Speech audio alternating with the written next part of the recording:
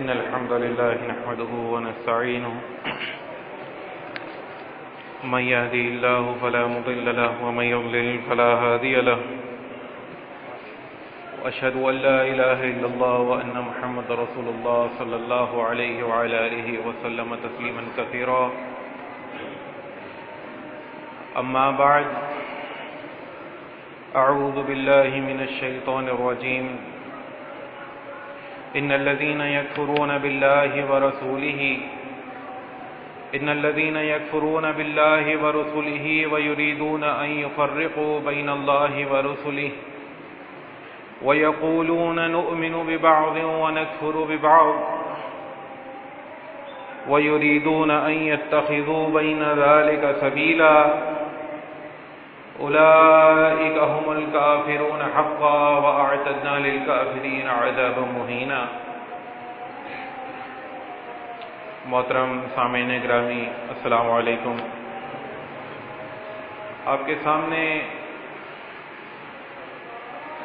سورۃ النساء کی 150 اور 151 نمبر آیات تلاوت کی ہیں۔ یہ کتاب جس سے یہ آیات تلاوت کی گئی ہیں،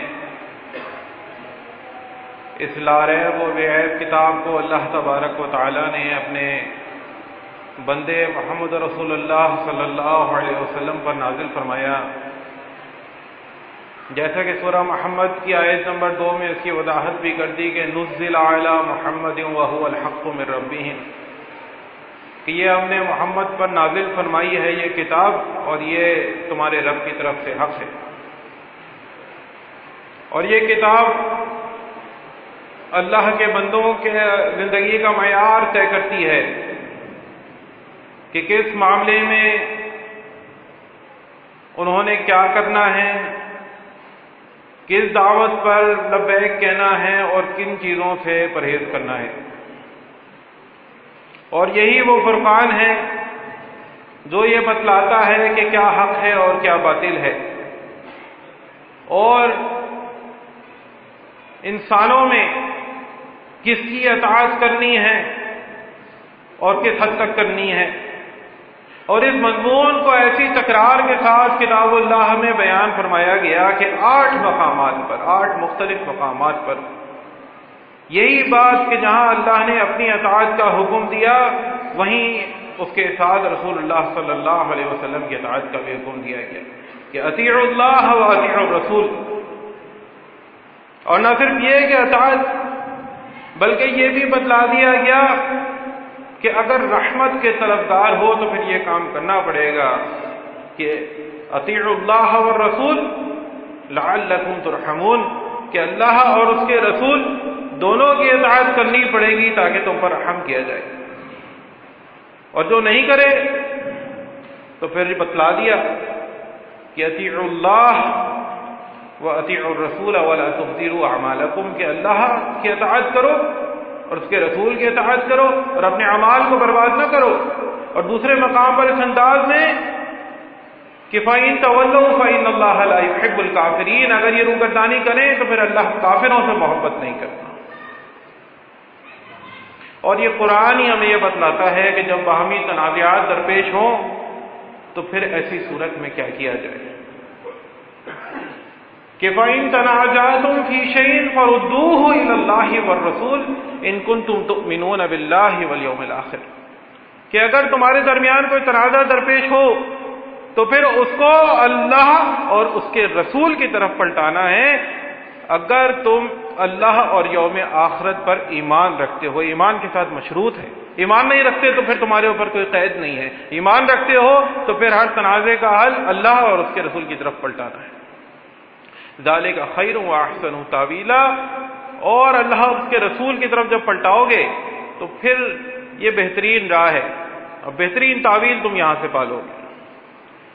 اور کہیں اس انداز میں کہ فلا وربک لا یؤمنون حتی یحکموک فیما شجر بینہم، اور تمہارے رب کی قسم یہ ایماندار ہو ہی نہیں سکتے جب تک یہ آپ کو اپنے درمیان حکم تسلیم نہ کر دیں۔ اور اس انداز میں کہ ثم لا یجدوا فی انفسہم حرجا مما قضیت، کہ پھر آپ جو فیصلہ کریں اس حوالے سے یہ اپنے دل میں کوئی تنگی بھی محسوس نہ کریں، وَيُسَلِّمُوا تسلیما، اور سر تسلیم خم کر دیں۔ اب یہاں بات صرف اطیع اللہ کی بھی ہو سکتی تھی، سب کو معلوم ہے یہ کتاب اللہ ہے، اللہ کا کلام ہے، اطیع اللہ کہہ کر بھی مسئلہ حل ہو سکتا تھا، لیکن نہیں، ساتھ اطیع الرسول کا بھی تذکرہ کیا گیا، اور ایک دفعہ نہیں بار بار کیا گیا۔ اور اس کی وجہ یہ ہے کہ وَمَا أَرْسَلْنَا بِالرَّسُولٍ إِلَّا لِيُطَاعَ بِإِذْنِ اللَّهِ، کہ جو رسول بھی بھیجا ہے اللہ تبارک و تعالیٰ نے وہ اسی لیے بھیجا ہے کہ اللہ کا حکم ہے کہ اس کی اطاعت کی جائے۔ یہی وجہ ہے پہلی مشرک قوم کی طرف نوح علیہ السلام کو بھیجا گیا، کیا دعوت ہے ان کی؟ ان اعبدوا اللہ واتقوہ واطیعون، اللہ کی عبادت کرو، اس سے ڈرو اور میری اطاعت کرو۔ یہی وجہ ہے کہ فرعون کو غرق کر دیا گیا کہ اس نے اللہ کے رسول موسیٰ علیہ السلام کی بات نہ مانی۔ اللہ کی کتاب بتلاتی ہے تورات کا نزول فرعون کے غرق ہونے کے بعد ہوا ہے، اور سورۃ النساء نمبر 80 میں تو اس انداز سے اس بات کو بیان کیا گیا کہ من یطع الرسول فقد اطاع اللہ، جس نے رسول کی اطاعت کی اس نے در حقیقت اللہ کی اطاعت کی۔ اور یہ بھی بتلا دیا کہ جو آج اس کو نہیں مانتے، کل قیامت کے دن جب ان کے چہرے آگ پر الٹائے پلٹائے جائیں گے، یوم تقلب وجوہہم فی النار، تو اس دن یقولون یا لیتنا اطعنا اللہ واطعنا الرسول، اس دن تو یہ بہرحال اقرار کریں گے کہ کاش ہم نے اس عذاب سے بچ جاتے اگر ہم نے اللہ اور اس کے رسول کی اطاعت کی۔ تو میرے بھائیوں، یہ جتنی بھی آیات تلاوت کی گئی ہیں، چونکہ موضوع انکار حدیث ہے، لیکن یہاں کہیں بھی کسی آیت میں حدیث کا لفظ استعمال نہیں ہوا۔ جہاں بھی کوئی لفظ استعمال ہوا ہے اطیع الرسول کا ہوا ہے، اطاعت رسول کا ہوا ہے، اتباع رسول کا ہوا ہے، یا حکم رسول کا ہوا ہے، تو اللہ کا حکم تو یہی تھا کہ اللہ کی اطاعت کی جائے، اور وہ اللہ کی کتاب ہے جو اللہ کا کلام ہے، اور رسول کی اطاعت کی جائے جو رسول نے جو تشریح کر کے عوام الناس کے سامنے دکھائی، اللہ کے حکم سے اس کی اطاعت کی جائے۔ تو حدیث کا لغوی معنی ہوتا ہے بات کا۔ اب رسول کی اطاعت کے حوالے سے جب رسول اللہ صلی اللہ علیہ وسلم کے فرامین کو جمع کیا گیا تو ان کو حدیث رسول صلی اللہ علیہ وسلم کا نام دیا گیا۔ اصطلاحات عوام کی آسانی کے لیے ہوتی ہیں، عوام کی آسانی کے لیے ایک اصطلاح بنا دی جاتی ہے کہ بار بار اتنی لمبی بات نہ کرنی پڑے، حدیث رسول صلی اللہ علیہ وسلم کا اس کو نام دیا گیا۔ تو یہ قرآن میں جہاں حدیث کا لفظ استعمال ہوتا ہے اپنی لغوی معنی میں، جیسے حل اتاک حدیث موسیٰ، کہ تم تک موسیٰ کی بات نہیں پہنچی، یہ وہ حدیث نہیں ہے جس کا حکم دیا گیا ہے۔ قرآن نے اطیع الرسول کا حکم دیا ہے، قرآن نے اتباع رسول کا حکم دیا ہے، قرآن نے رسول اللہ کو صلی اللہ علیہ وسلم کو حکم تسلیم کرنے کا حکم دیا ہے۔ تو کوئی آپ کو مغالطے میں نہ ڈالے کہ جی یہی قرآن کے اندر یہ حدیث بھی موجود ہیں، ایسا کوئی حکم نہیں۔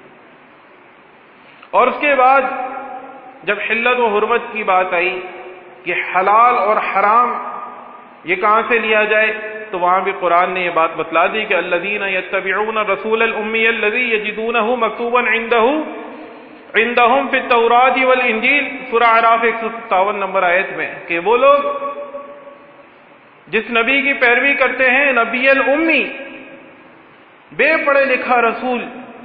نبی الامی کے معنی یہی ہوتے ہیں، بے پڑھے لکھا رسول۔ عربی کے اندر امی کے ایک ہی معنی ہیں اور وہ بے پڑھے لکھا رسول، اور یہ اللہ کی توحید کے دلائل میں سے ایک دلائل تھے کہ جب معترضین نے کہا کہ یہ پرانے لوگوں کے قصے لے آتا ہے تو اللہ نے یہ بات سامنے رکھی کہ یہ تو بے پڑھا لکھا رسول ہے، یہ کیسے پچھلی کتابوں میں سے کچھ چیزیں اخذ کر کے تمہارے سامنے پیش کر سکتا ہے۔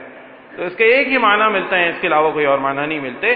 اور مالک فرماتا ہے کہ اس کا ذکر وہ تورات اور انجیل میں بھی لکھا ہوا پاتے تھے، یأمرہم بالمعروف وینہاہم عن المنکر، اس رسول کی جو ذمہ داریاں ہم نے اس پہ لگائی ہیں کہ یہ معروف کا حکم دیتا ہے، منکرات سے روکتا ہے، ویحل لہم الطیبات ویحرم علیہم الخبائث، اور یہی رسول طیبات کو حلال کرتا ہے اور خبائث کو حرام کرتا ہے۔ تو رسول کی اطاعت چونکہ اللہ کا حکم ہے، اور رسول کا حرام اللہ کا حرام کرتا ہے، اور رسول اگر کسی چیز کو حلال قرار دے دیں تو وہ اللہ کی طرف سے حلال سمجھی جاتی ہے۔ اور اس کے بعد رسول اللہ صلی اللہ علیہ وسلم پر جب یہ قرآن نازل ہوتا تھا، چونکہ بے پڑھے لکھے تھے تو زبانی ان کو قرآن سکھلایا جاتا تھا. قرآن میں اس کا تذکرہ ہے کہ لا تحرک بہ لسانک لتعجل بہ، اللہ کے رسول آپ اپنی زبان کو تیزی سے حرکت نہ دیجیے. ان علینا جمعہ وقرآن، اس کا جمع کرنا اور اس کا پڑھانا ہمارے ذمہ ہے. فَإِذَا قَرَأْنَاهُ فَاتَّبِعْ قُرْآنَهُ، تو جب تلاوت کی جائے تو آپ اس تلاوت کی پیروی کریں. ثُمَّ إِنَّ عَلَيْنَا بَيَانَهُ، پھر اس کو سمجھا دینا ہمارے ذمہ ہے. اور وہ جو سمجھایا اللہ نے، جو تشریح اللہ نے اپنے رسول کو سمجھائی، پھر اس کو لوگوں کے سامنے بیان کرنے کا بھی حکم دیا. سورہ نحل آیت نمبر 44 میں رسول اللہ کی ذمہ داریاں بیان کرتے ہوئے فرمایا کہ لِتُبَيِّنَ لِلنَّاسِ مَا نُزِّلَ إِلَيْهِمْ، آپ کا یہ کام ہے کہ جو کتاب نازل کی گئی ہے اس کو کھول کر بیان کریں. اور یہی وہ کھول کر بیان کرنا ہے جس کے بارے میں کہا کہ هُوَ الَّذِي بَعَثَ فِي الْأُمِّيِّينَ رَسُولًا مِّنْهُمْ، کہ وہی ہستی ہے اللہ تبارک و تعالیٰ نے کی جس نے امیوں میں، بے پڑھے لکھوں میں، انہی میں سے ایک رسول بھیجا. یتلو علیہم آیاتی، جو ان کو اللہ کی آیات پڑھ کر سناتا ہے. وَيُزَكِّيهِمْ، اور ان کا تزکیہ کرتا ہے. وَيُعَلِّمُهُمْ، اور ان کو تعلیم دیتا ہے. کس چیز کی؟ دو باتیں بیان کی، الکتاب، اللہ کی کتاب کی، والحکمہ، اور حکمت کی. دو چیزوں کی تعلیم دیتا ہے. اللہ کی کتاب یہ بات بتلا رہی ہے. وَإِن كَانُوا مِن قَبْلُ لَفِي ضَلَالٍ مُبِينٍ، اور اس سے پہلے یہ کھلی گمراہی میں تھے.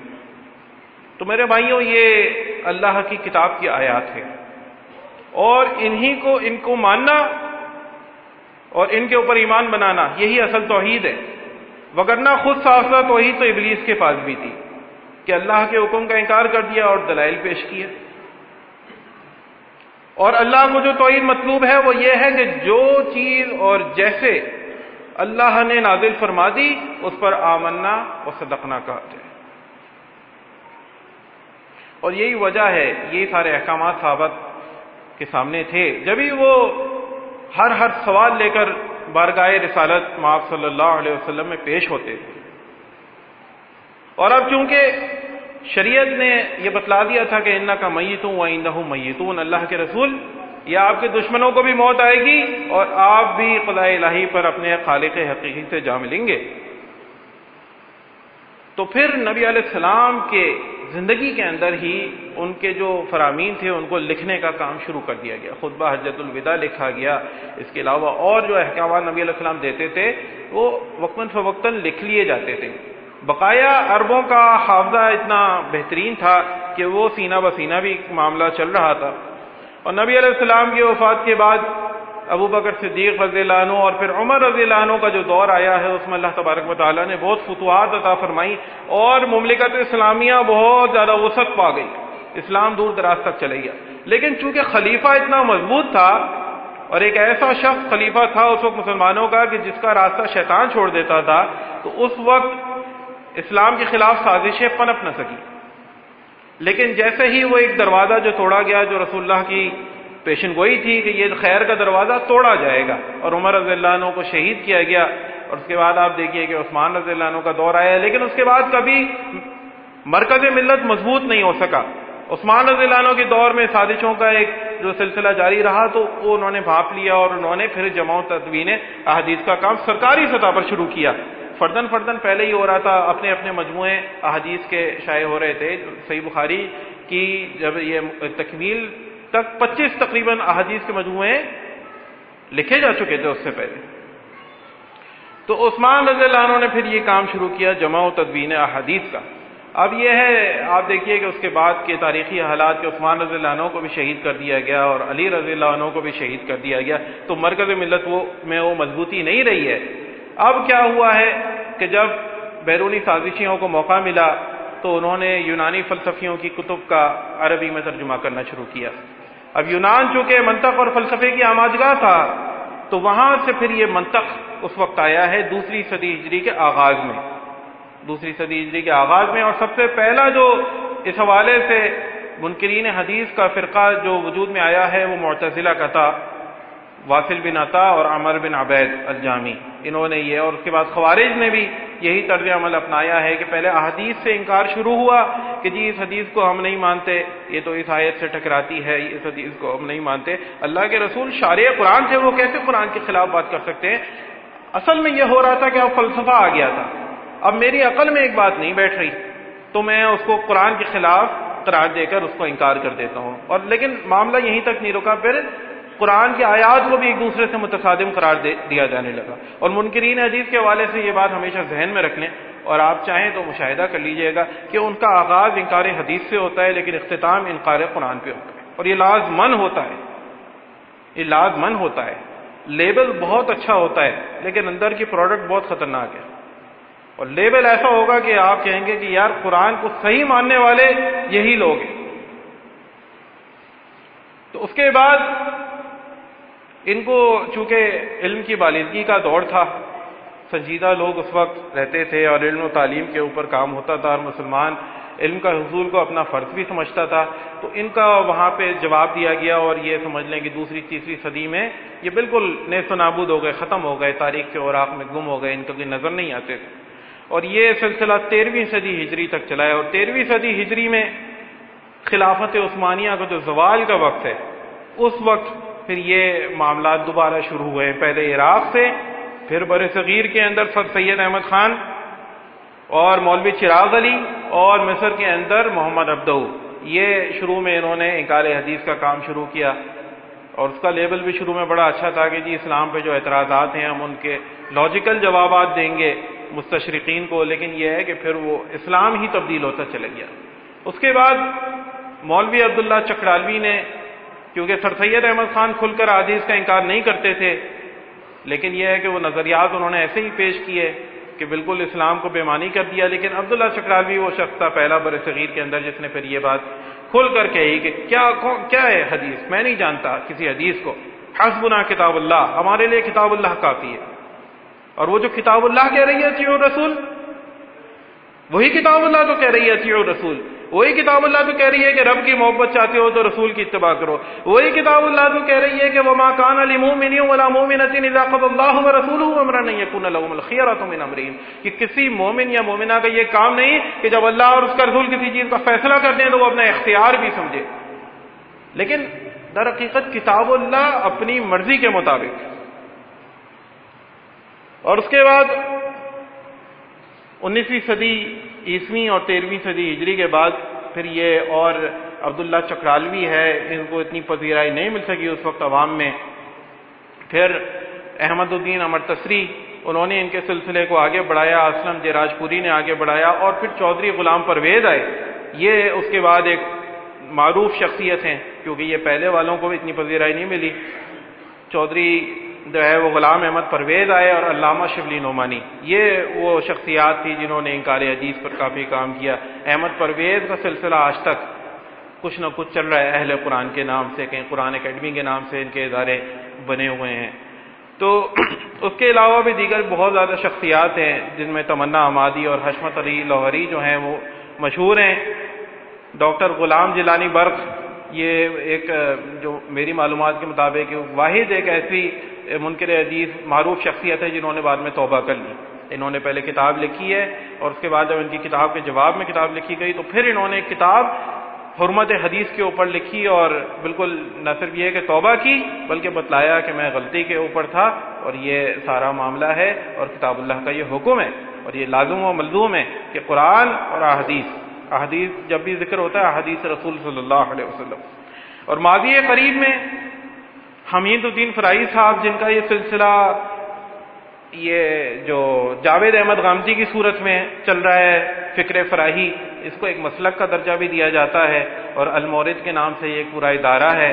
مختلف شخصیات ہیں، جاوید احمد غامدی تھوڑے زیادہ پرومیننٹ ہیں ان میں، اور امین احسن اصلاحی صاحب، یہ مکمل طور پر تو احادیث کا انکار نہیں کرتے تھے، لیکن بہت ساری چیزوں کے اندر انہوں نے وہی خصوصاً رجم کے حوالے سے اور دیگر حوالے سے۔ اور موجودہ دور میں جو منکرین حدیث علماء جو زیادہ معروف ہیں ان میں جاوید احمد غامدی صاحب، قاری حنیف ڈار صاحب، محمد ہادی اور محمد شیخ، یہ چند ایک منکرین حدیث علماء ہیں۔ تو پہلے جو منکرین حدیث تھے انہوں نے تو حدیث کی حیثیت کو ہی مشکوک بنایا تھا، لیکن یہ ایک جو محمد شیخ نام کے ایک نئے آئے، انہوں نے کتاب اللہ کی حیثیت کو بھی مشکوک بنا دیا۔ انہوں نے کہا کہ یہ جو قرآن ہے اور تورات ہے اور زبور ہے اور انجیل ہے، یہ سب ایک ہی کتاب ہیں، یہ سب ایک ہی کتاب ہیں۔ قرآن کی ایک آیت کو انہوں نے پکڑا جس میں اللہ کہتا ہے کہ لوگ پہلے ایک ہی امت تھے اور پھر ان میں اختلافات رونما ہوئے، پھر اللہ نے کہا اللہ نے انبیاء بھیجے جو خوشخبریاں سناتے تھے، ڈراتے تھے، اور انزل معہم الکتاب، اور ان پر کتاب نازل کی۔ ایک بات کرنے کا انداز تھا، لیکن انہوں نے کہا چونکہ کتاب کا ذکر یہاں واحد میں ہو رہا ہے، اس کا مطلب ہے جی یہ ایک ہی کتاب تھی۔ لیکن آپ قرآن مجید شروع ہوتا ہے، سورہ بقرہ کی شروع کی آیات پڑھیے، والذین یؤمنون بما انزل الیک وما انزل من قبلک۔ شروع میں اللہ کہتا ہے کہ ایماندار وہ ہیں جو اس کتاب پر ایمان لاتے ہیں جو آپ پر نازل ہوئی اور جو اس سے پہلے نازل ہوئی۔ اور اسی طرح سورہ بقرہ کی آخری آیات پڑھیے، آمن الرسول بما انزل الیہ من ربہ والمؤمنون، کہ رسول اور ایماندار کس چیز پر ایمان لائے؟ کل آمن باللہ وملائکتہ وکتبہ، وہاں کتب کا تذکرہ ہے، اور دیگر آیات میں اس کی اور وضاحت ہوتی ہے۔ بہرحال سورہ نساء آیت نمبر 136 میں اس کی مزید وضاحت ہوتی ہے کہ آمنوا باللہ ورسولہ، کہ ایماندارو ایمان لاؤ اللہ اور اس کے رسول پر، والکتاب الذی نزل علی رسولہ، اور اس کتاب پر جو اس رسول پر نازل ہوئی، والکتاب الذی انزل من قبل، اور اس کتاب پر بھی جو اس سے پہلے نازل ہوئی۔ تو بہرحال انہوں نے دھوکہ دینے کی کوشش کی، لیکن قرآن کی بہت ساری آیات ہیں، یہ قرآن کا اعجاز ہے کہ اللہ نے ایک ایک بات کو اس تکرار کے ساتھ بیان کیا ہے کہ اگر ایک جگہ کوئی آدمی دھوکہ دینے کی کوشش کرتا ہے تو دوسری آیات اس کے جھوٹ کو ثابت کر دیتی ہیں۔ اب منکرین حدیث کا طریقہ واردات کیا ہوتا ہے؟ سب سے پہلے تو یہ آپ کے پاس مسئلے کے روپ میں آئیں گے کہ یار آج سے پہلے تو ہم نے کبھی سوچا سمجھا ہی نہیں تھا، آج اللہ نے سوچنے سمجھنے کی توفیق دی ہے، اور وہ سوچ سمجھ کے ساتھ ہی وہ حدیث کے اندر شکوک و شبہات پیدا کرنا شروع کر دیں گے۔ دیکھو یار فلاں حدیث ہے، ایسے ہے، یہ تو قرآن سے ٹکرا رہی ہے، یہ بات تو قرآن سے ٹکرا رہی ہے۔ اب وہ احادیث رسول اللہ کی صحابہ کو قرآن سے ٹکراتی ہوئی نہیں نظر آئیں، تابعین کو نہیں نظر آئیں، تبع تابعین کو نہیں نظر آئیں، محدثین کو نہیں نظر آئیں، آج ان صاحب کو نظر آ گئی۔ اس کی وجہ یہ ہے کہ انہوں نے قرآن میں تفکر نہیں کیا ہے، کہہ تو یہ رہے کہ جی میں نے قرآن میں تدبر کیا، انہوں نے یہ کسی منکر حدیث عالم کے ہتھے چڑھ گئے، انہوں نے یہ ساری باتیں بتائیں، اور انہوں نے احادیث کا بھی مطالعہ باقاعدہ نہیں کیا، انہوں نے صرف وہی حدیث آ کر پڑھی جو انہوں نے بتائی تھی۔ ابھی آگے آپ کو اس کی وضاحت آ جائے گی۔ اسی طرح پھر یہ ایک بات اور کہتے ہیں کہ جی قرآن کسی تفسیر کا محتاج نہیں ہے، اور قرآن کسی اپنی تفسیر کے لیے کسی حدیث کا بھی محتاج نہیں ہے۔ قرآن تو ایک ایسی کتاب ہے کہ جس میں ہر چیز کی تفصیل بیان کی گئی ہے۔ پھر کوئی ان صاحب سے پوچھے کہ جو آپ گھنٹوں گھنٹوں لیکچرز دیتے ہیں یہ کیا ہے؟ صرف قرآن کا ترجمہ سنائیں اور سامنے والوں کو سمجھ آ جانی چاہیے۔ تو مسئلہ یہ نہیں ہے کہ قرآن کسی تفسیر کا محتاج نہیں، مسئلہ یہ ہے کہ احادیث کو دین سے باہر نکالنا ہے، اور جب احادیث کو دین سے باہر نکال لیا جائے گا پھر مرضی کا دین لوگوں کو سکھلانا ہے، اور یہ مرضی کے دین کے راستے میں سب سے بڑی رکاوٹ احادیث ہے، سب سے بڑی رکاوٹ احادیث ہے۔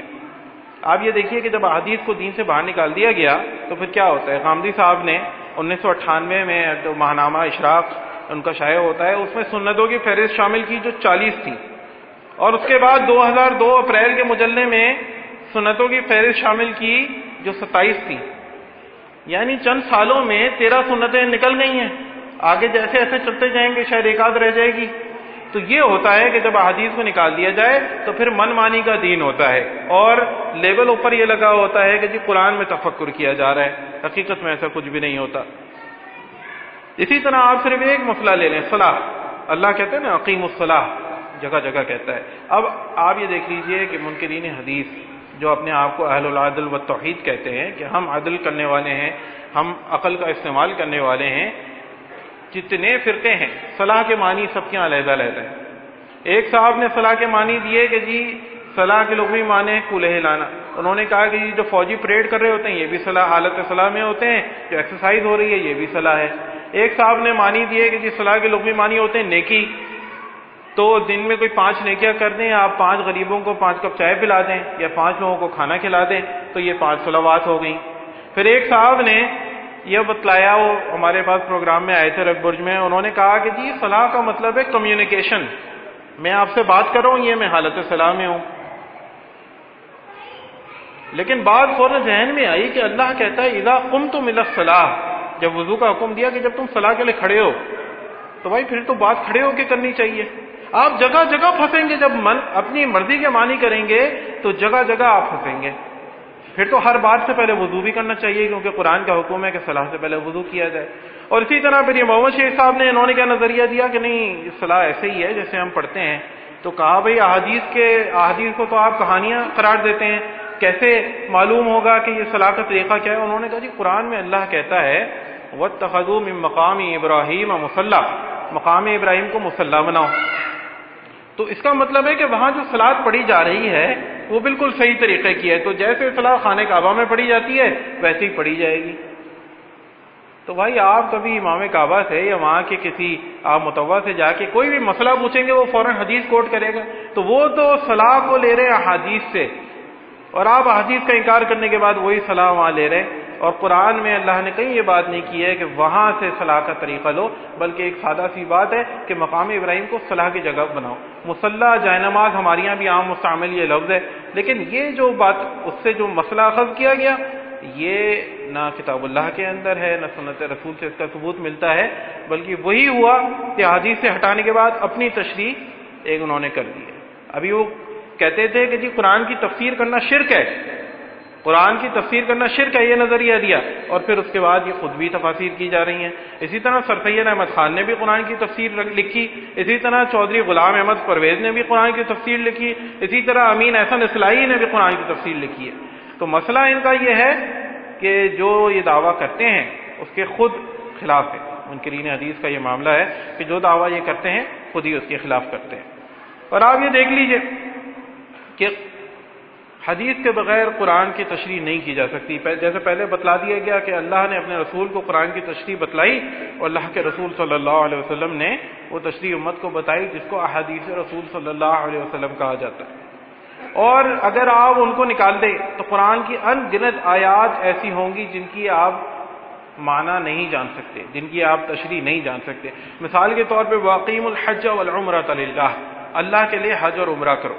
پورے قرآن کو آپ کھنگال لیں, آپ کو کہیں یہ نہیں معلوم ہوگا کہ حج اور عمرے میں کیا فرق ہے, عمرہ کیسے کیا جاتا ہے اور حج کیسے کیا جاتا ہے. پورے قرآن مجید میں آپ کو یہ نہیں ملے گا, جبکہ منکرین حدیث حج اور عمرہ کرتے بھی ہیں اور اپنی تفسیریں بھی لگاتے ہیں بتلانے کے لیے کہ ہم نے دین کا یہ رکن ادا کیا ہے. اسی طرح غامدی صاحب سے کسی نے پوچھا کہ جی یہ جو حوروں کا ذکر ہے یہ کیا معاملہ ہے؟ کہا کہ بھائی یہ حور کوئی مخلوق تھوڑی ہے, یہ تو ایک صفت ہے. اچھا یہ جو دنیاوی بیویاں ہوں گی آپ کی یہی وہاں حوریں بن جائیں گی. پھر کسی نے پوچھا کہ بھائی وہ بڑی بڑی آنکھوں کا بھی ذکر ہے, کہا انہیں کی آنکھیں بڑی بڑی ہو جائیں گی. تو آپ دیکھیے جب احادیث کے بغیر تشریح کی نا تو اگلی یہ آیت میں پھنس گئے. سورہ رحمان میں اگلی آیت میں اللہ کیا کہتا ہے؟ لم یطمثہن انس قبلہم ولا جان, اس سے پہلے ان کو کسی انسان یا جن نے چھوا نہیں ہوگا. تو آپ کی دنیاوی بیویاں ایسی ہیں جن کو جنت میں جانے سے پہلے کسی انسان اور جن نے نہیں چھوا, یا پھر جو بیچارہ کنوارا مر گیا وہ تو جنت میں بھی کنوارا ہی رہے گا. تو بھائی یہ جب آپ اپنی عقل لڑائیں گے تو پھر یہی انجام ہوگا. اللہ نے انسان کی جو عقل بنائی ہے نا, اللہ نے خود اپنی کتاب میں بتلایا کہ اس قرآن کی کچھ آیات انسانی عقل ان کا ادراک نہیں کر سکتی. آیات متشابہات کا ذکر سورہ آل عمران کے آغاز میں کیا, اور اللہ نے کہا کہ وما یعلم تاویلہ الا اللہ, اللہ کے علاوہ ان کی تعویل کسی اور کو نہیں معلوم. اور جو علم میں پختہ لوگ ہیں ان کا کہنا تو یہی ہے ہم ان پر ایمان لائے یہ سب ہمارے رب کی طرف سے ہے. یہی ایمان بالغیب ہے, یہی ایمان بالغیب ہے کہ جو جنت کو آپ نے نہیں دیکھا لیکن آپ اس کے اوپر ایمان لاتے ہیں, اللہ کو آپ نے نہیں دیکھا لیکن آپ مانتے ہیں اللہ وحدہ لا شریک ہے, محمد رسول اللہ صلی اللہ علیہ وسلم سے آپ کی ملاقات نہیں ہوئی لیکن آپ ان کو رسول اور خاتم النبیین مانتے ہیں. تو یہ اللہ نے خود اپنی کتاب میں بتلا دی. اب جو آدمی یہ کہے کہ میں وہی بات مانوں گا جو میری عقل جس کی گتھی سلجھا دے, تو وہ در حقیقت وہ بھی قرآن کے انکار کے زمرے میں آتا ہے. اسی طرح ایک دلیل اور دی جاتی ہے کہ یہ وہ کتاب ہے جس میں ہر چیز کی تفصیل موجود ہے. 3 آیات پیش کی جاتی ہیں, ایک سورہ نحل کی ہے, ایک اعراف کی ہے اور ایک سورہ انعام کی ہے. سب سے پہلے تو یہ سمجھ لیجئے کہ جو سورہ انعام اور اعراف کی آیات ہیں جن میں اللہ نے کہا کہ تفصیلا لکل شیء، یہ قرآن مجید کے بارے میں نہیں ہے، موسیٰ علیہ السلام کو جو کتاب دی گئی تھی اس کے بارے میں، وہاں آپ آیات کا مطالعہ کیجیے گا۔ سورہ انعام 154 نمبر اور اعراف 145 نمبر آیت وہ موسیٰ علیہ السلام کے بارے میں ہے۔ اس کے بعد سورہ نحل آیت نمبر 89 میں اللہ کہتا ہے وَنَزَّلْنَا عَلَيْكَ الْكِتَابَ تِبْيَانًا لِكُلِّ شَيْءٍ، اس نے وہ کتاب نازل فرمائی جو ہر چیز کو کھول کر بیان کر دیتی ہے، جو ہر چیز کو کھول کر بیان کر دیتی ہے۔ اب یہ کتاب ہدایت ہے، شروع میں ہی بتلا دیا کہ ذَلِكَ الْكِتَابُ لَا رَيْبَ فِيهِ هُدًى لِّلْمُتَّقِينَ، یہ کتاب ہدایت ہے، یہ توحید کے دلائل کا احاطہ کرتی ہے، یہ عقائد کے مسائل پہ بات کرتی ہے، عقائد اس کتاب کا سبجیکٹ ہے، اور اس معاملے میں اس کتاب کو کسی اور کتاب کی ضرورت نہیں ہے سمجھنے کے لیے۔ لیکن عبادات اور مسائل وہ اس کتاب کا سبجیکٹ نہیں ہے، وہ اس کتاب کا سبجیکٹ نہیں ہے، وہ چونکہ عملی چیزیں ہیں، اور عملی چیزوں کو اگر صرف تھیوری پڑھا دی جاتی تو انسانوں کے پاس یہ اعتراض ہوتا کہ جی یہ تو ایسی باتیں ہیں جو ایک انسان کے لیے ممکن نہیں ہے، تو اللہ نے پریکٹیکلی وہ دکھانے کے لیے اپنے رسول کو بھیجا، اپنے رسول صلی اللہ علیہ وسلم کو بھیجا اور یہ بتلایا کہ دیکھو اگر ایک بشر یہ کر سکتا ہے تو تم بھی یہ کام کر سکتے ہو۔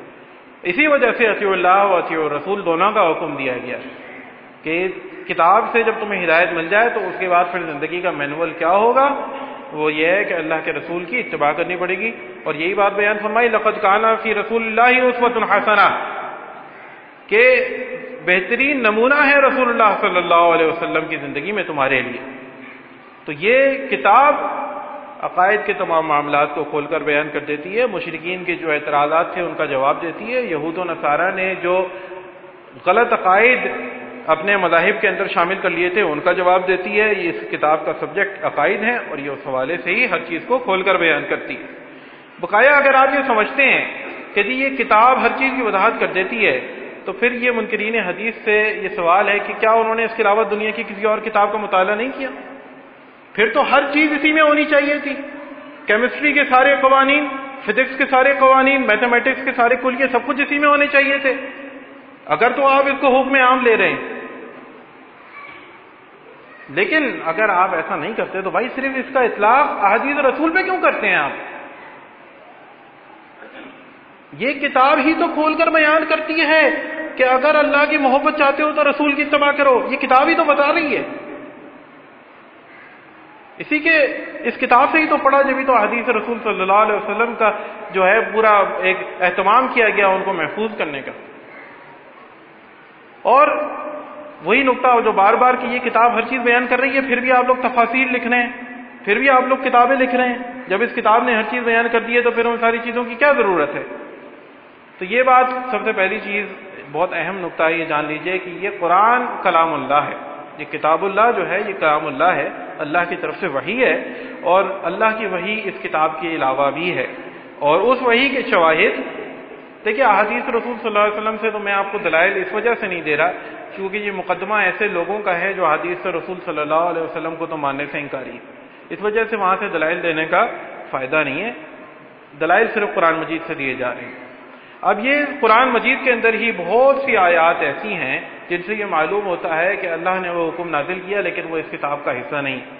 سب سے پہلی تو نبی علیہ السلام کا اپنی زوجہ کے ساتھ وہ واقعہ کہ جو انہوں نے اپنی زوجہ کو ایک راز کی بات بتلائی اور انہوں نے اس راز کو فاش کر دیا، اور جب اللہ کے رسول کو علم ہوا اور جا کے پوچھا تو ان کی زوجہ نے پوچھا من انبأک ھذا، آپ کو یہ بات کس نے بتائی؟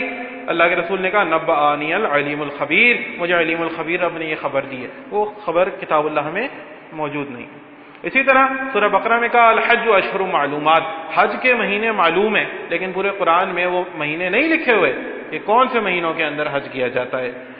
اسی طرح اللہ کہتا ہے سورہ مجادلہ آیت نمبر 8 میں کیا تم نے ان لوگوں کو نہیں دیکھا جن کو کانا پھوسی کرنے سے منع کیا گیا تھا لیکن پھر وہ لوگ وہی کام کرتے ہیں جس سے منع کیا گیا؟ اب کانا پھوسی کرنے سے کہاں منع کیا ہے؟ قرآن میں ہمیں کہیں وہ حکم نظر نہیں آتا۔ اسی طرح جب قبلے کی تبدیلی ہوئی تو اس کے بعد اللہ نے کہا کہ علم اللہ انکم وما جعلنا القبلۃ التي كنت عليها الا لنعلم من يتبع الرسول، کہ ہم نے جو قبلہ اس سے پہلے مقرر کیا تھا وہ صرف اس لیے تھا کہ ہم یہ جان رکھیں کہ رسول کی پیروی کون کرتا ہے۔ اب وہ پچھلا قبلہ بیت المقدس مسلمانوں کا قبلہ ہے، یہ حکم پورے قرآن مجید میں کہیں نہیں ملتا۔ اسی طرح حالت صوم میں جب مباشرت کرنے کی صوم کی راتوں میں جب مباشرت کرنے کی اجازت دی گئی تو اللہ کہتے ہیں عالم اللہ انکم کنتم تختانون انفسکم، اللہ یہ جانتا ہے کہ تم اپنے نفسوں میں خیانت کر رہے تھے، لیکن یہ حکم پورے قرآن میں کہیں موجود نہیں ہے کہ سیام ماہ سیام کی راتوں کے اندر مباشرت کہیں کبھی اللہ نے حرام بھی کی تھی۔ تو یہ وہ اللہ کی وحی ہے جو رسول اللہ صلی اللہ علیہ وسلم کے ذریعے لوگوں کو ملی، اور اسی کو احادیث رسول صلی اللہ علیہ وسلم کہا جاتا ہے۔ اور اس کے بعد آپ یہ دیکھیے کہ منکرین حدیث جو ہے وہ مختلف احادیث کو جو ہے وہ لے کر آتے ہیں کہ جی یہ دیکھیے یہ حدیث قرآن سے ٹکرا رہی ہے، یہ حدیث قرآن سے ٹکرا رہی ہے۔ تو بھائی پہلے تو ایک چیز یہ سمجھ لیجئے کہ اگر آپ ایک سوچ لے کر نکل آئیں کہ میں نے اس کو غلط ثابت کرنا ہے تو آپ کر دیں گے، آپ دنیا جہاں کی مثال لا کے کریں گے اس کو، لیکن قرآن کا جو طرز بیان ہے کہ قرآن نے کسی ایک آیت میں مکمل مسئلے بیان نہیں کیا، تمام آیات کو جمع کیا جائے گا، اس کے بعد ایک مسئلہ اخذ کیا جائے گا۔ اگر ایک آیت کو پکڑ کے ایک مسئلہ آپ اخذ کر لیں تو پھر دوسری آیت اسی طرح اس سے انکار آپ ثابت کر دیں گے جیسے آپ احادیث کا کرتے ہیں۔ میں ایک مثال دیتا ہوں، مثال کے طور پہ اللہ کہتا ہے کہ اللہ صرف شرک کو معاف نہیں کرے گا، اس کے علاوہ جس گناہ کو چاہے گا معاف کر دے گا۔ تو اب یہاں کیا سمجھ آیا کہ شرک کے علاوہ ہر گناہ کی معافی ہے، لیکن آگے چل کے اللہ دوسری جگہ یہ بات کہتا ہے کہ من قتل مسلما متعمدا فجزاؤہ جہنم خالدین فیہا، کہ جس نے کسی مسلمان کو جان بوجھ کے قتل کیا اس کی جزا جہنم میں ہمیشہ اس میں رہے گا۔ اسی طرح اللہ ایک جگہ پہ کہتا ہے من ورائہم برزخ الی یوم یبعثون، کہ ان کے پیچھے ایک برزخ حائل ہے دوبارہ اٹھائے جانے کے دن تک کے لیے۔ اور دوسری جگہ اللہ تعالیٰ آیت الکرسی کے قریب قریب کی آیات ہیں، اللہ کہتا ہے کہ میں نے 1000 سال موت دی اور پھر زندہ کر دیا۔ یہ آیات آپ نے پڑھی ہوں گی۔ اور ابراہیم علیہ السلام نے کہا مردوں کو کیسا زندہ کرتا ہے، تو اللہ نے دوبارہ ایک مردے کو زندہ کر کے دکھا دیا۔ تو اب یہ بتائیے کہ اگر یہی کلیہ قرآن کے اوپر اپلائی کیا جائے تو پھر قرآن میں بھی انکار ثابت ہو گیا۔ لیکن ہر چیز کو یکجا کر کے اور پھر اس چیز کا فیصلہ ہوگا کہ کیا اللہ کا قانون ہے اور کیا اللہ کی قدرت ہے، اور کون سی چیز، جیسے شراب کا پہلے یہ کہا گیا کہ اس میں لوگوں کے لیے فوائد بھی ہیں اور نقصان بھی ہیں، لیکن کچھ عرصے بعد اس کو مکمل طور پہ حرام قرار دے دیا گیا۔ اب اگر اس حقیقت کو صرف نظر کر دیا جائے تو پھر تو یہ دو آیات متصادم قرار پائیں گی آپس میں۔ اسی طرح حدیث رسول صلی اللہ علیہ وسلم کے اوپر اعتراضات اٹھائے جاتے ہیں۔ میں کوشش کروں گا، وقت بہت کم ہے۔ پہلی چیز تو آپ یہ سمجھ لیجئے کہ منکرین حدیث چونکہ ان کا مشن یہی ہوتا ہے کہ حدیث کی حیثیت کو مشکوک بنانا ہے، تو وہ ہر قسم کی ضعیف موضوع منکر روایات کو لے آتے ہیں، عام عوام کو پتہ نہیں ہوتا اور یہ کہتے ہیں دیکھو اس حدیث میں کیا لکھا ہے۔ ایک صاحب آئے کچھ دنوں پہلے، انہوں نے کہا کہ جی یہ دیکھیں جی 1,24,000 انبیاء ہیں، حدیث کہتی ہے، اور صرف سائنس کہتی ہے کہ آدم علیہ السلام کو تو ابھی پیدا ہوئے 6500 سال ہوئے ہیں، لوگ اگر ایسے اس کو جمع تفریق کی جائے تو ایک سال میں تو اتنے پیغمبر آئے۔ میں نے کہا دیکھیں بھائی پہلی تو بات یہ ہے کہ سائنس کیا کہتی ہے، سائنس یہ بھی کہتی ہے کہ 6500 سال پہلے پہلا انسان آیا، سائنس کی دوسری تھیوری یہ بھی کہتی ہے کہ 2 لاکھ سال پہلے آیا، سائنس کی تیسری تھیوری یہ بھی کہتی ہے کہ 3.8 بلین ایئرز پہلے پہلا انسان آیا۔ تو سائنس کی کوئی بات پہلی چیز تو حتمی نہیں ہے۔ دوسری بات یہ ہے کہ جس حدیث کی آپ بات کر رہے ہیں یہ ضعیف ہے، تو اس کے اوپر ایمان نہیں ہے ہمارا، اور اگر کوئی بھائی غلطی سے کہتا ہے اور آپ اس کو بتائیں کہ یہ ضعیف حدیث ہے تو وہ فوراً رجوع کر لے گا۔ تو کچھ عرصے بعد ایک اور محفل میں بیٹھے تھے تو پھر انہوں نے وہی مسئلہ اٹھا دیا۔ تو یہ ان کا طریقہ واردات ہوتا ہے۔ دوسرا جو ایک یہ کام غلط کرتے ہیں وہ یہ کہ جن حدیث پہ اعتراضات کرتے ہیں ان کے تراجم کے اندر کچھ تعریف کرتے ہیں، اپنی طرف سے جو بات عربی میں بیان بھی نہیں کی گئی ہوتی وہ بات بیان کی جاتی ہے۔ تیسری چیز یہ کہ اصول حدیث کو صرف نظر کرتے ہیں۔ دیکھیے احادیث کے جو مجموعات ہیں ان میں لکھے ہوئے ہر خبر کے اوپر ہمارا ایمان نہیں ہے۔ اسی کام کے لیے اصول حدیث وضع کیے گئے تاکہ یہ پتہ چل سکے کہ کون سی حدیث مقبول ہے اور کون سی مردود ہے، کون سی حدیث کو لیا جائے گا، کون سی حدیث کو نہیں لیا جائے گا۔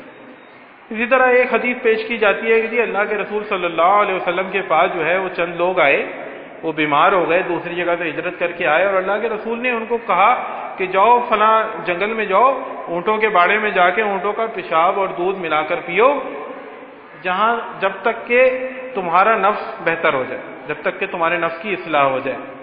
تو وہ گئے وہاں پہ اور انہوں نے پیا اور اللہ نے ان کو شفا دے دی. اس کے بعد انہوں نے ان کو جو ہے ان کے دل میں دوبارہ بے ایمانی آ گئی, اونٹ والوں کو انہوں نے مارا اور اونٹ جو ہے وہ نقصان پہنچایا انہوں نے. تو اب اس حدیث کو پیش کر کے انہوں نے کہا دیکھیں جی یہ اللہ کے رسول یہ بات کیسے کہہ سکتے ہیں. تو بھائی پہلی چیز تو آپ سمجھ لیجئے, کیونکہ آپ کا نظریہ ہے کہ حرام صرف وہی ہے جو کتاب اللہ میں حرام ہے, تو کتاب اللہ میں کہیں پیشاب کو حرام نہیں قرار دیا گیا, تو آپ کا سوال بنتا نہیں ہے. دوسری چیز, کتاب اللہ میں جن 4 چیزوں کی حرمت کا 4 مقامات پر تذکرہ کیا گیا, مردار, بہتا ہوا خون, سور کا گوشت اور اللہ کے علاوہ دوسرے کسی اور کے نام کی نظر و نیاز, وہاں بھی یہ بات بتلا دی گئی کہ فمن اضطر غیر باغ ولا عاد فلا اثم علیہ, تم میں سے جو کوئی مجبور ہو جائے بشرط یہ کہ بغاوت کی نیت نہ ہو اور نہ ہی حد سے بڑھنے والا ہو, اس پہ کوئی گناہ نہیں ہے. تو یہ ایک عام قانون ہے کہ جس چیز کو اللہ نے 4 مقامات پر حرام کیا وہ بھی اضطراری کیفیت میں استعمال کی جا سکتی ہے. صحیح ہے. تو اللہ کے رسول نے یہاں اضطراری کیفیت کے اندر ان کی جو بیماری تھی, سب سے پہلے تو آپ یہ سمجھ لیجئے کہ یہ حدیث 100 جو ہے وہ احادیث کی کتب میں اور 300 مقامات پر نقل کی گئی ہے صحیح اسناد کے ساتھ. دوسری بات, اس حدیث کو کتاب الاستسقاء میں بھی لایا گیا ہے کیونکہ ان کی بیماری کو استسقاء کی بیماری کہا گیا. وہ بیماری کیا تھی, ان کے پیٹ پھول گئے اور رنگت زرد پڑ گئی. آج بھی وہ بیماری موجود ہے اور اس کو اسائٹس کہا جاتا ہے. جو میڈیکل سے تعلق رکھنے والے لوگ ہیں وہ شاید اس کو سمجھ پائیں گے. اور اس کا علاج آج بھی انتہائی مشکل ہے کہ مریض کے پسلیوں میں ڈرل کر کے کئی روز تک اس کا پانی نکالا جاتا ہے. میں نے ایک ڈاکٹر صاحب سے اس بارے میں پوچھا, انہوں نے کہا کہ پہلی چیز تو یہ ہے کہ اس علاج سے بہت کم لوگ ہی بچ پاتے ہیں اور یہ اتنا شدید ترین علاج ہے کہ مریض موت کی دعائیں مانگ رہا ہوتا ہے. یہی بیماری ان کو ہوئی تھی جس کا علاج اللہ کے رسول صلی اللہ علیہ وسلم نے بتلایا, اضطراری کیفیت تھی. اور آج کچھ ڈاکٹروں نے اس کو امپلیمنٹ کیا تو انہوں نے اس کے ذریعے اپنے اسائٹس کے پیشنٹس کو اللہ نے اس علاج کے ذریعے شفا دی. تو یہ پہلی چیز یہ ہے کہ بڑا آسان معاملہ ہے, اضطراری کیفیت تھی اور صرف اسی کے اندر استعمال کرنے کی اجازت دی گئی ہے. اسی طرح پھر ایک بات لائی جاتی ہے کہ جی قرآن کہتا ہے کہ جب خواتین حالت حیض میں ہوں تو ان سے دور رہو, اور احادیث کہتی ہیں کہ اللہ کے رسول صلی اللہ علیہ وسلم جو ہے وہ عائشہ رضی اللہ عنہ کے ساتھ حالت حیض میں مباشرت کی ہے. تو یہ کیا معاملہ ہے؟ تو یہ بھی تضاد نہیں ہے. قرآن اور احادیث اسی طرح ایک دوسرے کی تفسیر کرتے ہیں. جیسے قرآن کہتا ہے کہ ولا تقربوا الزنا, زنا کے قریب نہ جاؤ. ولا تقربوا الفواحش ما ظهر منها وما بطن, فواحش کے قریب نہ جاؤ چاہے وہ کھلی ہوں یا چھپی ہوں. اب آپ یہ بتائیے کہ باہر بازاروں میں اگر فحاشی ہو رہی ہے تو ہم گھروں میں بیٹھ جاتے ہیں, بلکہ اس کا معنی احادیث رسول صلی اللہ علیہ وسلم بتاتی ہیں کہ بازاروں میں جاؤ نظریں نیچی کر کے جاؤ. تو کوئی بھی چیز اس کی ظاہری معنوں میں نہیں لی جائے گی, بلکہ اللہ کے رسول چونکہ شارع قرآن ہیں ان کی گئی تشریح لی جائے گی. تو اس احادیث کے اندر مجامعت نہیں کی گئی تھی, مباشرت کی گئی تھی, اور مباشرت کی اجازت حالت صوم کے اندر بھی دی گئی ہے. ایک حد تک کے لیے حالت صوم میں بھی اس کی اجازت دی گئی ہے. تو بات بالکل واضح ہے. اور اسی طرح آپ یہ دیکھیے کہ اگر قرآن ایک قانون بیان کرتا ہے السارق والسارقۃ فاقطعوا ایدیہما جزاء من اللہ, کہ چوری کرنے والے مرد اور عورت کا ہاتھ کاٹ دو, یہ اللہ کی طرف سے ان کی جزا ہے. تو اس کے معنی کیا ہوں گے؟ اب عربی میں یہ جو ہے ید کا لفظ, ہاتھ کا لفظ یہاں تک کے لیے بھی استعمال ہوتا ہے, کونی تک کے لیے بھی اور بازو تک کے لیے بھی. اور کتنی چوری پر کاٹا جائے گا؟ کیا ہر بجلی چور کا ہاتھ کاٹ دیا جائے, ہر ٹیکس چور کا ہاتھ کاٹ دیا جائے, اور کس حد تک کاٹا جائے, کتنی چوری پر کاٹا جائے؟ اس کی وضاحت اگر ہم حدیث رسول سے نہیں لیں گے تو پھر اس کی وضاحت ہو ہی نہیں سکتی. یہی یہاں معاملہ ہے. اسی طرح میں صرف 2 منٹ لوں گا. اسی طرح ایک جو ہے وہ روایت, اور اس طرح کی کئی روایات کے جی مردہ جوتیوں کی چھاپ سنتا ہے. یہ دیکھیے حدیث رسول کہہ رہی ہیں اور اللہ جو ہے وہ کہہ رہا ہے کہ تم مردوں کو نہیں سنا سکتے. تو یہ بات سمجھ لیجئے کہ جو غیبی امور ہیں اس کے بارے میں حتمی علم نہیں دیا گیا. یسألونک عن الروح قل الروح من امر ربی وما اوتیتم من العلم الا قلیل, کہ روح کے بارے میں کم علم دیا گیا ہے. جنت کے بارے میں حتمی علم نہیں دیا گیا. ایک طرف اللہ کہتا ہے کہ موتیوں سے تراشے ہوئے مکان اور ایسی جنتیں جن کے نیچے نہریں بہ رہی ہیں, دودھ اور شہد کی نہریں بہ رہی ہیں اور مسندیں لگائے ہوئے بیٹھے. دوسری طرف اللہ کہتا ہے فلا تعلم نفس ما اخفی لهم من قرۃ اعین, کسی نفس کو نہیں معلوم کہ اس کی آنکھوں کی ٹھنڈک کے لیے کیا تیار کر کے رکھا ہے. یہی معاملہ جہنم کا ہے. تو جنت حقیقت میں کیسی ہے اس کا ہم تعین نہیں کر سکتے. یوم جزا کی ایگزیکٹ اسٹوری قرآن میں نہیں بتلا دی گئی ہے، یہ غیبی امور ہیں. اسی طرح عذاب القبر بھی غیبی امور میں سے ہے. اس میں قرآن اور حدیث میں جو بتلا دیا گیا ہے ہمیں اس پر ایمان رکھنا ہے. حقیقت میں یہ معاملہ کیا ہوگا شروع سے لے کے آخر تک یہ قرآن اور حدیث میں بیان نہیں کیا گیا ہے. تو یہ متشابہات میں ہے. اور وما یعلم تاویلہ الا اللہ، اس کی اصل تعویل اللہ کے علاوہ کوئی اور نہیں جانتا. ہم ایک تعویل کر سکتے ہیں لیکن اس کے صحیح اور غلط دونوں کا ہونے کا احتمال موجود ہے. اسی طرح ایک جو ہے وہ روایت کے اوپر اعتراض کیا جاتا ہے کہ عائشہ رضی اللہ عنہ کی جو شادی ہے وہ رخصتی ہے وہ 9 سال کی عمر میں ہوئی. بھائی پہلی چیز تو آپ یہ دیکھیے کہ حدیث میں کہیں وضاحت نہیں ہے کہ 9 سال کی عمر میں رخصتی ہوئی تو مجامعت بھی ہوئی یا نہیں، پہلی چیز. دوسری چیز یہ ہے کہ 9 سال کی عمر میں آج بھی ایسے کیسز رپورٹ ہوئے ہیں کہ جو ہے وہ لڑکیاں شادی کے قابل ہو جاتی ہیں. اور تیسری چیز، اگر وہ بالغ نہیں بھی ہوئی تھی تو پھر بھی کتاب اللہ کی روح سے ان کا نکاح جائز تھا. سورہ طلاق آیت نمبر 4 میں جہاں اللہ نے عدت کا ذکر کیا ہے وہاں ان خواتین کی عدت کا بھی ذکر کیا ہے جن کو ابھی حیض آنا شروع بھی نہیں ہوا. تو کتاب اللہ کی جو ہے وہ طرف سے یہ نکاح بالکل جائز تھا اور اس میں کوئی معاملہ نہیں تھا. اور پھر دوسری چیز یہ ذہن میں رکھی جائے کہ اللہ کا حکم تھا، وہ نکاح اللہ کے حکم سے ہوا تھا، وہ نکاح اللہ کے حکم سے ہوا تھا. اور ایک حدیث میں بیان کر کے اس کے بعد بات کو ختم کرتا ہوں. یہ مسئلہ کافی دفعہ اٹھایا گیا کہ جی ایک جو ہے وہ نجرانی آیا نبی علیہ السلام کے پاس اور اس نے کچھ سوالات کیے. اللہ کے رسول صلی اللہ علیہ وسلم نے جوابات دیے اور اس کے بعد وہ جب جانے لگا تو اللہ کے رسول نے کہا کہ اس کے باپ کی قسم اگر اس نے سچ بولا ہے تو یہ کامیاب ہو گیا. تو یہاں اصول حدیث کا اگر ایک دفعہ اس کے ذریعے اس حدیث کو دیکھ لیا جاتا تو مسئلہ بالکل واضح ہو گیا تھا. یہ حدیث صحیح بخاری کے اندر بھی 2 یا 3 مقامات پہ آتی ہے، صحیح مسلم میں بھی یہ 2 جگہ پر آتی ہے. اس کے علاوہ سنن اربعہ کی کتب کے اندر بھی یہ حدیث آتی ہے اور ہر جگہ یہی الفاظ ہیں کہ افلح ان صدقہ، یہ کامیاب ہو گیا اگر اس نے سچ بولا. صرف ایک راوی نے یہ الفاظ نقل کیے ہیں کہ باپ کی قسم کے جس میں الفاظ ہیں اور اس کو محدثین نے شاذ قرار دے کر رد کر دیا، اس کو شاذ قرار دے کر رد کر دیا. تو اصول حدیث نے ایسی تمام حدیث کا مکمل انتظام کیا ہوا ہے جو کہ ہمیں کس حدیث کو قبول کرنا ہے اور کس کو رد کر دینا ہے. تو کسی بھی حدیث کو قبول یا رد کا فیصلہ ہم نے اصول حدیث کے مطابق کرنا ہے. ایسا نہیں ہوگا کہ میری عقل میں ایک بات نہیں آ رہی تو میں اس کا انکار کر دوں، آپ کی عقل میں ایک بات نہیں آ رہی تو آپ اس کا انکار کر دیں. تو یہ اگر طریقہ اپنایا جائے گا تو پھر یہی ہوگا جیسے ہر منکر حدیث گروہ ہے وہ اپنی اپنی تفاسیر پیش کر رہے ہیں، اپنے اپنے نظریات پیش کر رہے ہیں. اللہ تبارک و تعالیٰ سے دعا ہے کہ مالک ہمیں صحیح دین کے اوپر قائم رکھے. جو اگر ہماری غلطیاں کوتاہیاں ہیں تو مالک وہ ہمیں دکھا دے اپنی زندگی کے اندر ہی اور ہمیں اصلاح کی توفیق عطا فرمائے. اقول قولی ھذا واستغفر اللہ لی ولکم ولسائر المسلمین.